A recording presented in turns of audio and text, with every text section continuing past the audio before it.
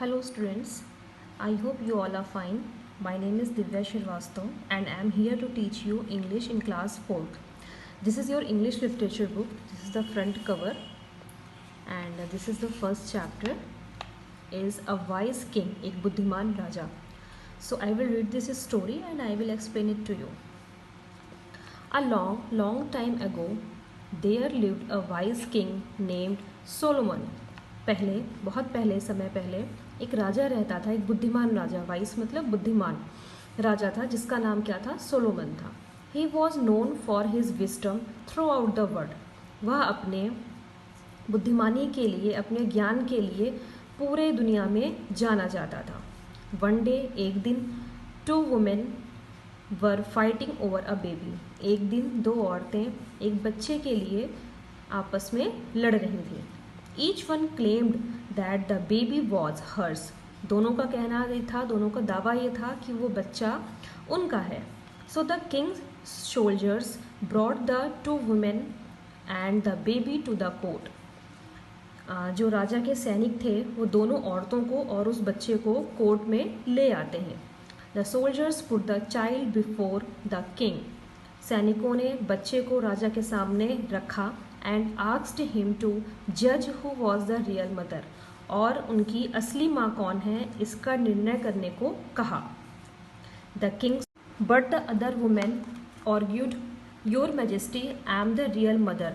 दूसरी औरत ने आर्ग्यू किया, मतलब उलझी, उसने तर्क किया कि हे Rajan, I am the real mother, मैं असली माँ हूँ. दिस बेबी इज़ माइन, ये बच्चा मेरा है. Each women claimed that the baby was hers. दोनों औरतें यही दावा कर रही थी कि बच्चा उनका है. And pleaded the king to let her have the child. और उन्होंने राजा से निवेदन किया कि बच्चा उनको दे दिया जाए. The king was unable to understand who was the real mother, who the real mother was and who should have the baby. राजा असमर्थ था, अनेबल मतलब असमर्थ था, अंडरस्टैंड समझने में कि who the real mother was, असली माँ कौन थी, एंड बच्चा किसको दिया जाना चाहिए. He prayed to God again to give him the wisdom to decide correctly.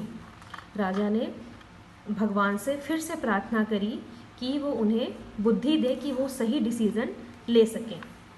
Then he asked one of the soldiers to stand close to the baby and take out his scored.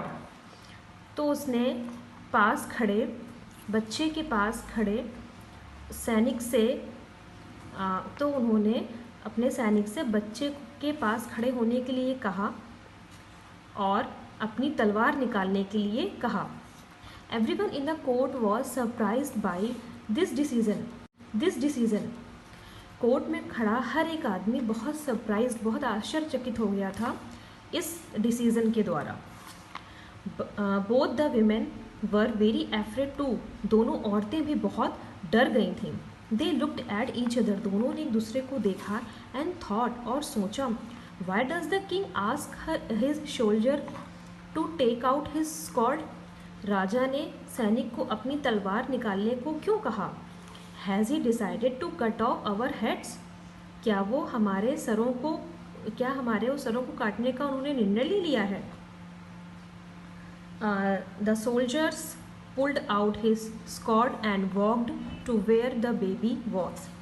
सैनिक ने अपनी तलवार खींची, निकाली और बच्चे के पास, जहाँ बच्चा था वहाँ चला गया. Then the king asked the women again.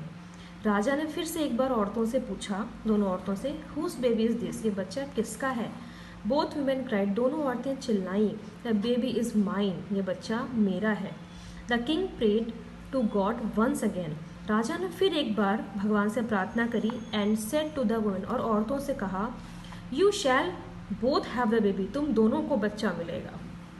The women and the people in the court wondered how the king would be able to do this.